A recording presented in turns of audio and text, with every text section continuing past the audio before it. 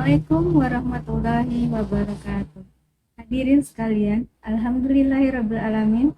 Allahumma sholli ala Muhammad wa ala alihi wa ashabihi ajmain. Ada sebuah hadis riwayat dari Ibnu Abbas.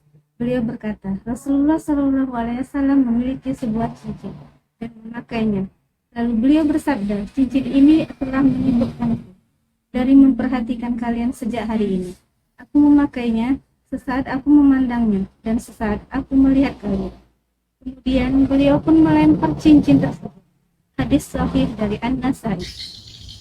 Jadi Rasulullah itu punya cincin, dan selama ngobrol dengan sahabatnya, beliau lihat, kemudian beliau lihat sahabatnya. Beliau lihat, akhirnya beliau merasa ini cincin membuat tidak fokus di dalam memuliakan sahabatnya. Beliau buka dan beliau buang. Apa yang bisa kita ambil hikmahnya? Kita sering pegang handphone. Kita lihat di depan kita ada orang tua, di depan kita ada anak, di depan kita ada tamu, di depan kita ada saudara. Lihat handphone, kadang-kadang kita tidak memperhatikan orang tua bicara, tidak memperhatikan tamu bicara, tidak memperhatikan anak sedang bicara, dan ini adalah tindakan yang salah. Ibnu Abbas menjelaskan 3 sikap yang baik ketika bicara. 1.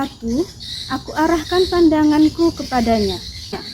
Jadi kalau sedang bicara, kata Ibnu Abbas, kalau ada tamu, ada rekan yang bincang-bincang, yang pertama, kewajiban kita adalah mengarahkan pandangan, tentu saja kalau kita dengan yang halal. Tetapi kalau dengan yang bukan muhrim, tentu jaga pandangan. Yang kedua, aku luaskan tempat duduk untuknya. Jadi Ibnu Abbas menyampaikan bahwa hak kita adalah membuat orang nyaman, membuat orang leluasa, dan bisa menikmati kebersamaan dengan kita dengan kenyamanan tempat duduk beliau. Yang ketiga, aku dengarkan dengan seksama apa yang disampaikannya. Ini penting hadirin. Ada mendengar, ada mendengarkan. Beda, kalau mendengar hanya telinga saja yang mendengar. Tapi kalau mendengarkan adalah kita memberikan fokus perhatian, fokus merasakan apa yang disampaikannya, juga fokus menghargai apa yang disampaikannya, sehingga kita bisa memahami. Kalau mendengar belum tentu memahami. Nah, orang itu akan senang sekali kalau kita mendengarkan dengan antusias. Rasulullah begitu. Kalau ada sahabat yang bercerita yang gembira, beliau ikut tersenyum. Kalau ada yang menceritakan yang sedih, beliau ikut prihatin. Artinya, jangan mengabaikan kewajiban kita untuk menghormati, memuliakan, beradab, dan berakhlak kepada lawan bicara kita. Kemudian ada 5 etika bicara. 1. Fokus kepada lawan bicara. 2. Kalau kita berhadapan dengan orang lain, jaga postur tubuh kita. Harus sopan.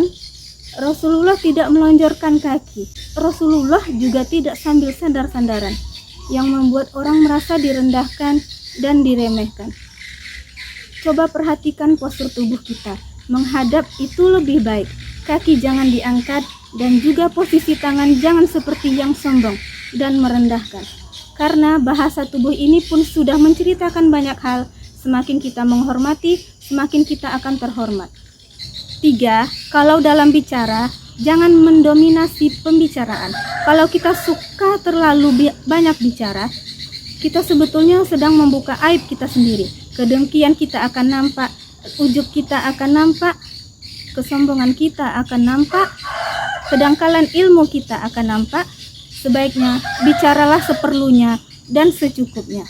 Tidak harus menunjukkan kepandaian, tidak menunjukkan apa-apa, kecuali kita memberikan penghormatan yang terbaik.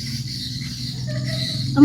Hindari kata-kata yang rumit, sulit, yang membuat orang tidak mengerti atau membuat orang tersinggung atau jengkel karena kita mengucapkan kata-kata yang hanya untuk menunjukkan kepandaian kita. Yang kelima, jangan lupa kalau kita berbicara di dalam satu kelompok, jangan berbicara yang terlalu khusus. Kita dalam bahasa yang bisa dipahami bersama, tidak menimbulkan eksklusivitas diri.